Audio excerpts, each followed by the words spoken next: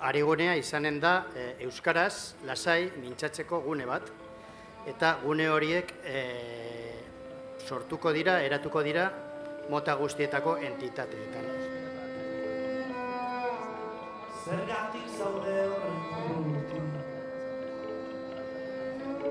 begira zurbin nagoen.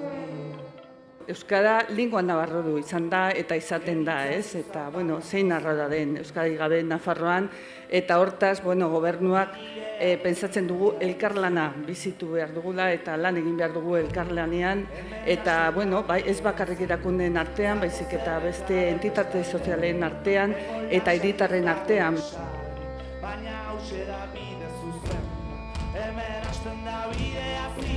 Egunon esatea, edozein tokitan, edozein dendatan, edo egunen esaten egunon, jende guztiak ulertzen du, aukera ematen diozu solaskideari, egunon, txau.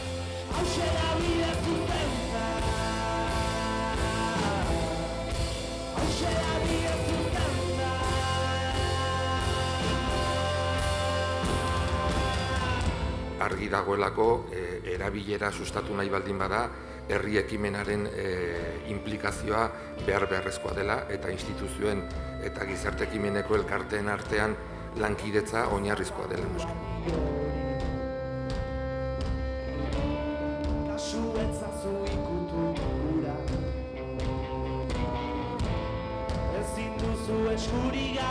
Pentsatzen dugu gure proiektuan oso egokia da hemen parte hartzeko. Beti euskaraz lan egiten dugu, gure jokalariak, entrenatzaileak, batzordekoak, euskaldunak dira. Ez genuen uste Euskal Herria osoan 220.000 lagun elkartuko ginenik Euskal Herrian, ez da gutxiagorik ere. Ez genuen uste Nafarroan 22.500 lagun elkartuko genituenik, izen emango zutenik, txepa jarriko zutenik, 75 herri batzorde sortuko zirenik, ez genuen uste. Jarraituko dut belarri prestekin eta esan bezala.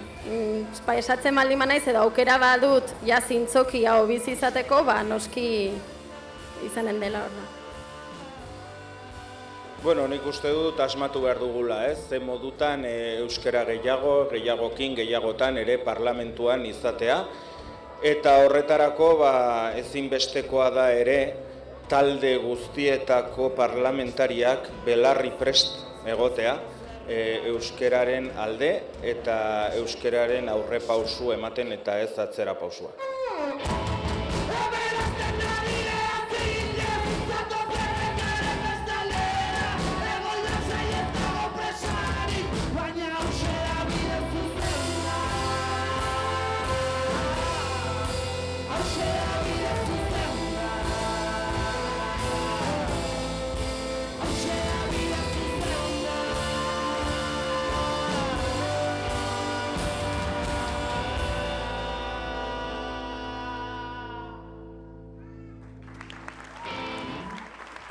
Eskerrik asko.